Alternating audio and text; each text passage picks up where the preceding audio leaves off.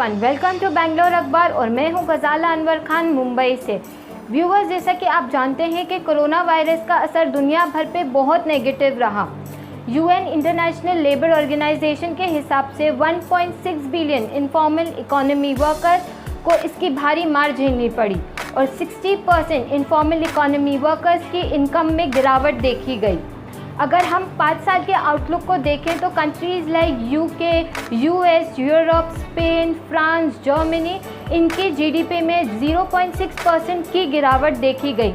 दुनिया भर की स्ट्रॉन्गेस्ट इकोनॉमी इस महामारी से उभरने की कोशिश कर रहे हैं। इंडिया के कई सेक्टर्स पे इसका बहुत बुरा असर हुआ और उन्हें ज़रूरत है गवर्नमेंट हेल्प की। एक्सपर्ट की मानी जाए तो मिलियन ऑफ वर्कर्स इस वक्त जॉबलेस हो चुके हैं और जो कोविड-19 का असर ग्लोबल इकोनॉमी पर हुआ, आज तक इतना बुरा असर कभी देखा नहीं गया। इस लॉकडाउन पीरियड में इंडिया में अराउंड 14 करोड़ लोग जॉबलेस हो चुके हैं।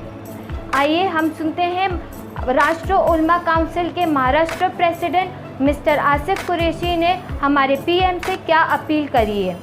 अस्सलाम वालेकुम दोस्तों, मैं आसिफ कुरैशी, राष्ट्रीय उलमा काउंसिल पार्टी का महाराष्ट्र प्रेसिडेंट। मैं हमारे देश की सरकार और हमारे प्रधानमंत्री श्री नरेंद्र मोदी जी से अपील करने के लिए आया हूं कि देश में जब से लॉकडाउन लगा है अब तक के 12 करोड़ लोगों ने अपनी नौकरियां गंवा दी हैं।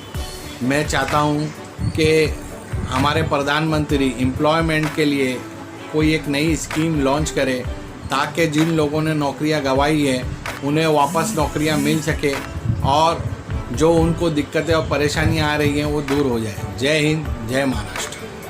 बात करते हैं इंडिया के उन सेक्टर्स की जिन्हें अर्जेंट रिक्वायरमेंट है गवर्नमेंट रिलीफ पैकेजेस की। मैं शुरुआत करूंगी एमएसएमई सेक्टर से। MSME is the micro, small and medium enterprises. ये बैकबोन है इंडिया की उन सेक्टर्स की जो मैन्युफैक्चरिंग और एक्सपोर्ट एक्टिविटीज़ में इंगेज्ड हैं। इस वक्त ज़्यादातर एमएसएमई सेक्टर्स काम नहीं कर रहे हैं और ये इतनी क्रिटिकल सिचुएशन फेस कर रहे हैं कि इनके पास पैसे नहीं हैं अपने एम्प्लॉयज़ को सैलरी पे करने के लिए। जो एक्सपर्ट हैं, इंडस्ट्रियलिस्ट हैं या लीडर्स हैं, इन्होंने गवर्नमेंट से अपील करी है for relief packages for this sector जो कंट्रीब्यूट करता है इंडिया की जीडीपी में 30% तक। हॉस्पिटैलिटी और टूरिज़्म की बात की जाए तो ये सेक्टर वो पहला सेक्टर था जिस पे कोरोना वायरस का असर हुआ और ये वो लास्ट सेक्टर होगा to recover it's activity.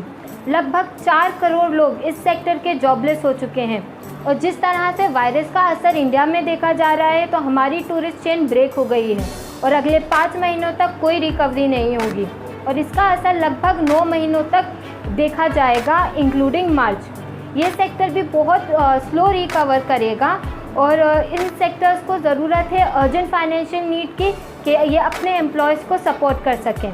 Last but not the least, real estate sector. इस सेक्टर ने भी बहुत सफ़र किया कोविड-19 क्राइसिस की वजह से।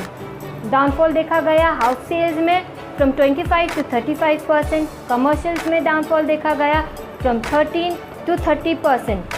कंस्ट्रक्शन एक्टिविटीज़ कई जगह पर रिज्यूम कर दी गई हैं पर ज़्यादातर जगहों पर ये होल्ड पर है। अब जो माइग्रेंट वर्कर्स हैं जो दूसरी जगहों से काम करने आते हैं और कंस्ट्रक्शन एक्टिविटीज़ में इन्वॉल्व थे, millions of migrant workers jobless हो चुके हैं। और अगर हम डेली लेबरर्स की बात करें जो डेली वेजेस पर काम करते हैं, उन्होंने सबसे ज़्यादा सफ़र किया इस लॉकडाउन पीरियड में क्योंकि उनके पास कोई ऐसी एडिशनल सेविंग्स नहीं होती हैं। वैसे गवर्नमेंट ने रिलीफ पैकेजेस अनाउंस किए इन लोगों के लिए, पर यह कहना मुश्किल है कि इसका बेनिफिट्स इन तक पहुंच भी पाएगा या नहीं।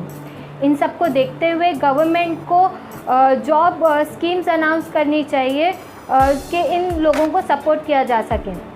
को रिलीफ पैकेजेस की ज़रूरत है, वो है MSME sector, hospitality, tourism, automobile और रियल एस्टेट सेक्टर।